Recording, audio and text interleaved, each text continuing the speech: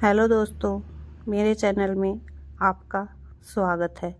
आज की कहानी है जादुई डायरी।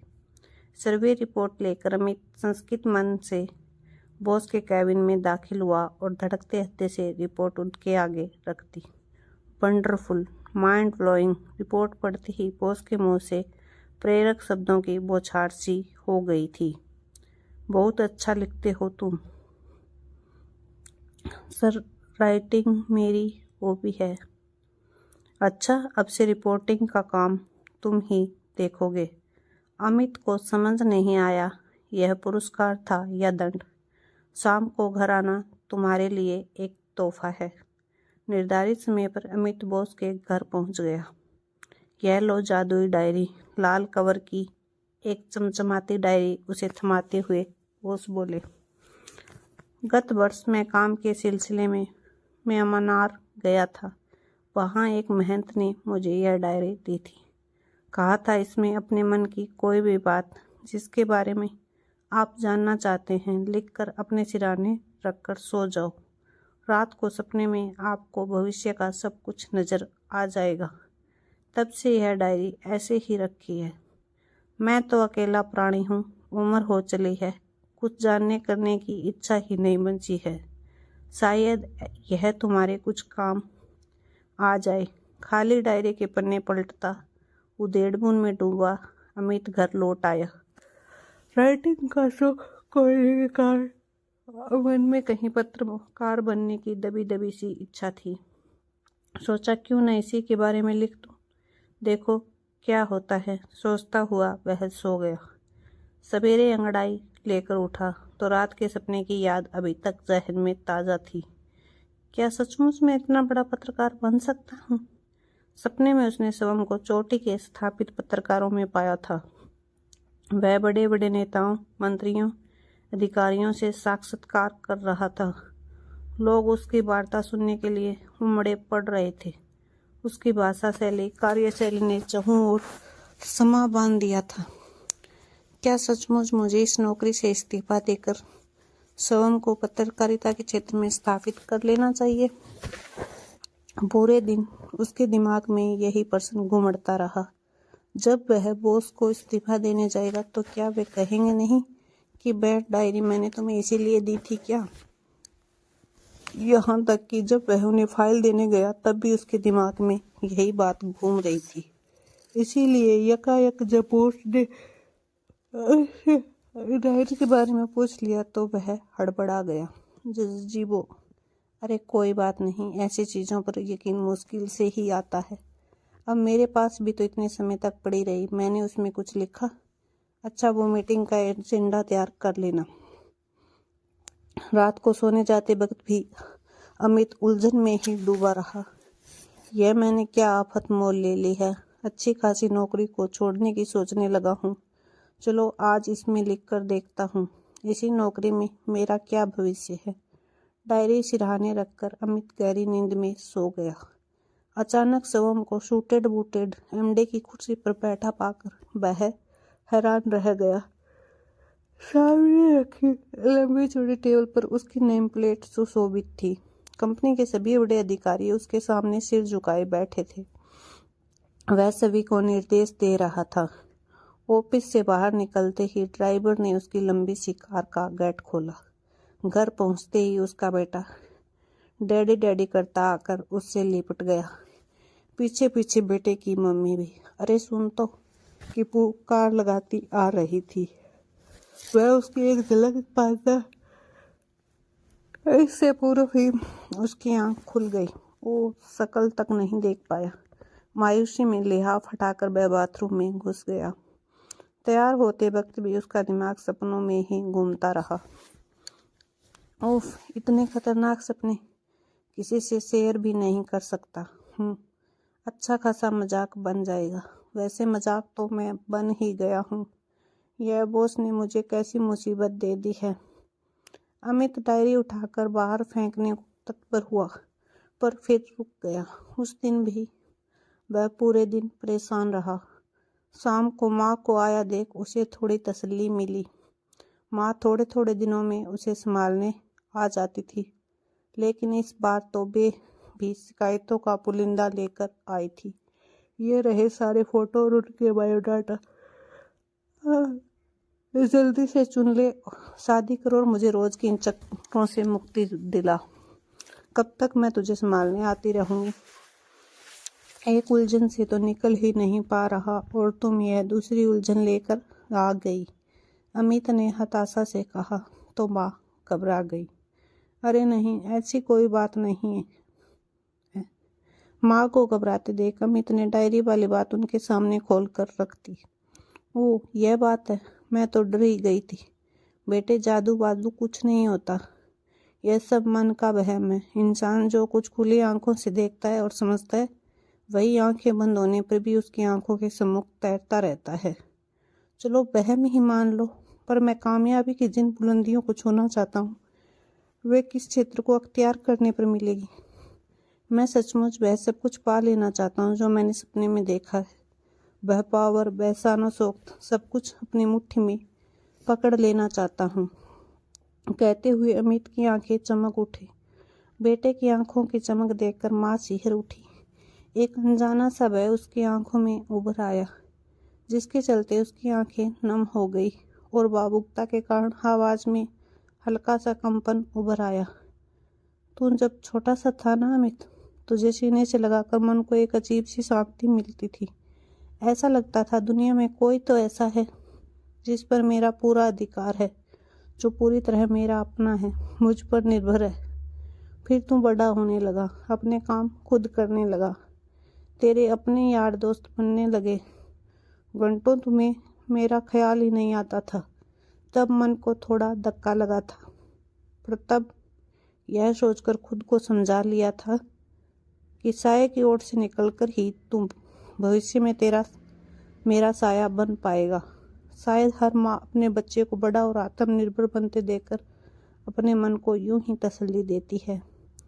फिर तो इतना लंबा हो गया कि मुझे सिर उठाकर तुझसे बात करनी पड़ती थी। तेरे सिर पर हाथ फेरने के लिए हाथ ऊंचे करने पड़ते थे। मुझे लगा शरीरों के बीच यह बढ़ती दूरी दिलों के बीच की दूरियां भी बढ़ा रही है। मेरा अंदेशा गलत नहीं था।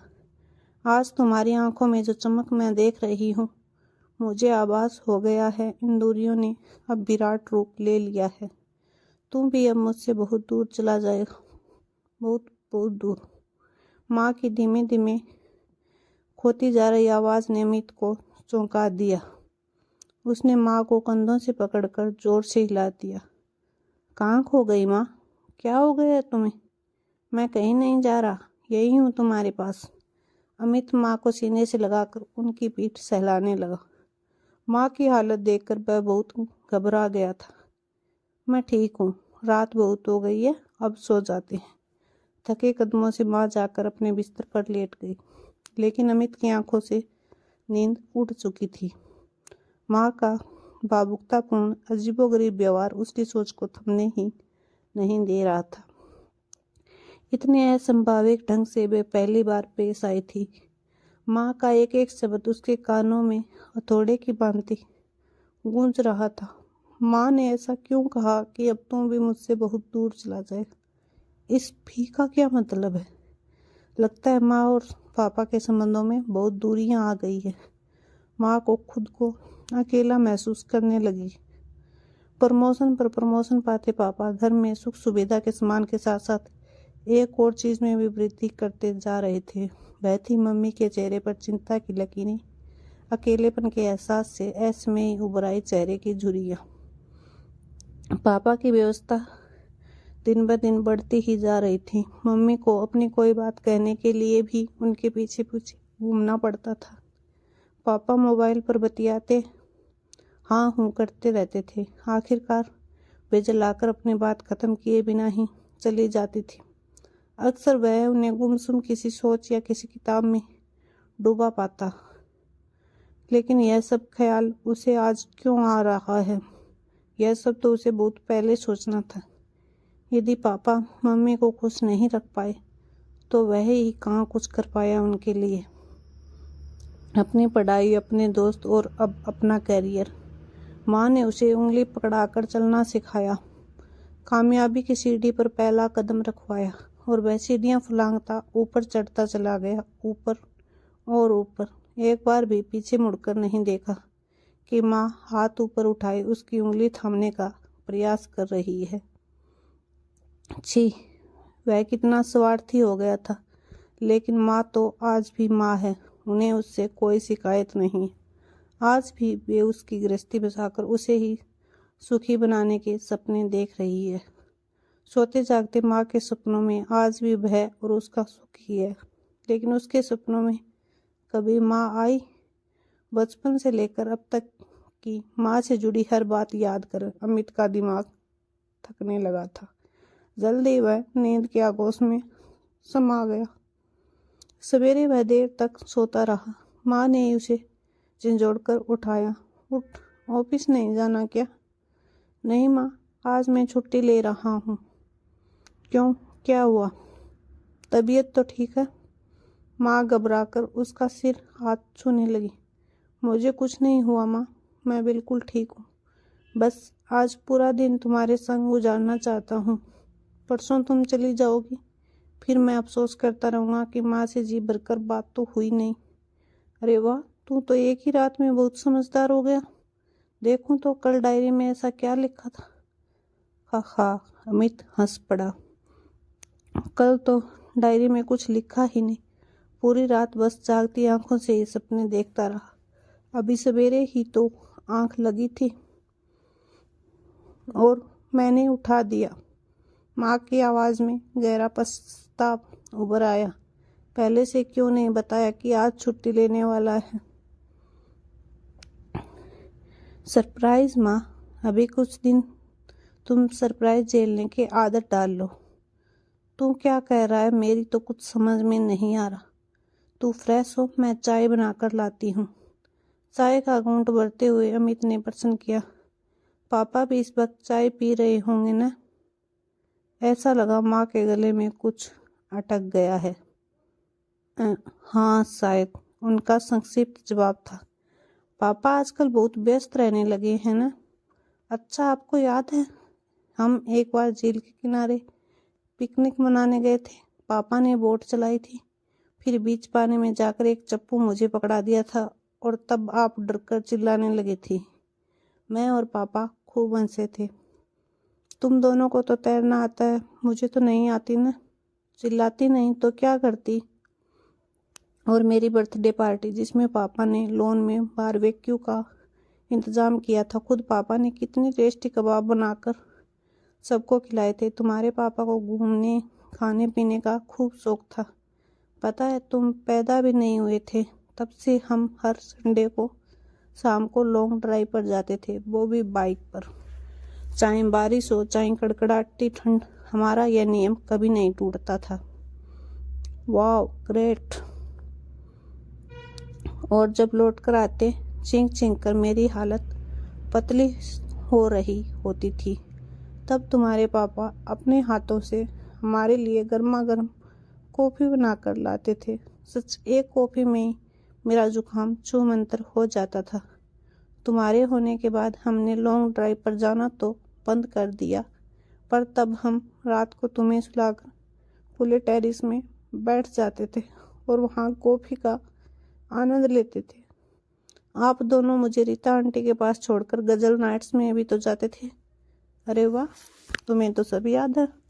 हाँ, हम दोनों को ही गजल सुनने का बहुत शौक था। एक भी गजल नाइट हम मिस नहीं करते थे और तेरी रीता आंटी के पप्पी के संग खेलने का शौक भी पूरा हो जाता था।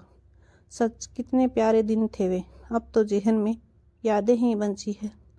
लगता था दुनिया में मुझ जैसी खुशनसीब शायद ही कोई होगी। सुख सुविधाओं के साधनों से लदा फदा मकान घर नहीं कहलाता अमित। घर बनता है आपसी प्यार सामंजस्य से। हमारे प्यार से घर को शायद जमाने की नज़र लग गई।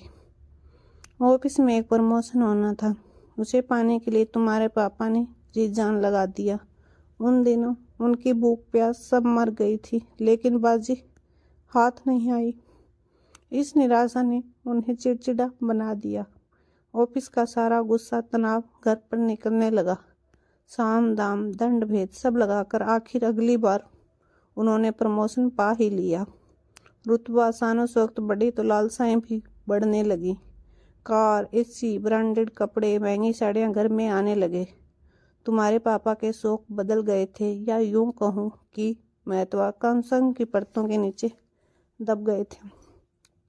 आधे से ज़्यादा दिन ऑफिस में बिताने के बाद भी घर पर भी उनका दफ्तर चलता रहता था। मेरे साथ तो वे होकर भी नहीं होते थे। मोबाइल या किसी न्यूज़पेपर पत्रिका में ही डूबे रहते। कल तुम्हारी आंखों में यही सब पाने की चमक देखी तो मैं घबरा गई। बेटे, तुम अपने पापा की गलती मत दोहराना। ये सब चीज़ें तुम्हें क्षणिक सुख दे सकती हैं, सच्चा आत्मसंतोष क्यों नहीं। क्या मैं नहीं जानती कितना सब कुछ पा लेने के बावजूद भी कई भीतर से वे नाखुश हैं। कई व्याधियों ने उन्हें घेर लिया है। सब दिन मित्रों चाटुकारों से घिरे रहने के बावजूद अंदर से वे बेहद अकेले हैं। मैं नहीं जानती मुझे लेकर वे क्या सोचती हैं। शादी के आरंभिक दिनों की वे खुशनुमा यादें उन्हें भी सताती हैं या नहीं। मेरी उस घर में भूमिका मात्र उन्हें समय पर दवा, खाना, कपड़े आदि उपलब्ध कराने की रह गई है। अमित बेटा, तू चाहे कितना ही बड़ा आदमी बन जाना, लेकिन अपने घर परिवार को कभी मत बिसारना। जिंदगी में संतुलन बनाए रखना बहुत जरूरी है। जो इंसान शीर्ष पर पहुंचकर भी यह संतुलन बनाए रखता है वही शीर्ष पर बना रहता है, वरना अंदर ही अंदर असंतोष का घुन उसे खाए चला जाता है और अंत में वह खोखला होकर निष्प्राण हो जाता है। राइटिंग तेरा शौक है, तू चाहे इसे पैसे के रूप में अपने इस शौक को हमेशा जिंदा रखना। इससे तुम्हें काम करने के लिए नई ऊर्जा मिलती रहेगी। माँ ने कितनी आसानी से मेरी समस्या का समाधान कर दिया था। अमित मन ही मन माँ का शुक्रगुजार हो उठा। वह पूरा दिन दोनों से ढेर सारी पुरानी यादों और मनपसंद खाने के साथ बिताया। रात को माँ सोने जाने लगी तो अमित ने मुस्कुराते हुए उन्हें डायरी पकड़ा दी। आज आप इसमें अपने दिल की बात लिख कर देखिए। चल हट, मेरी डायरी तो तू है।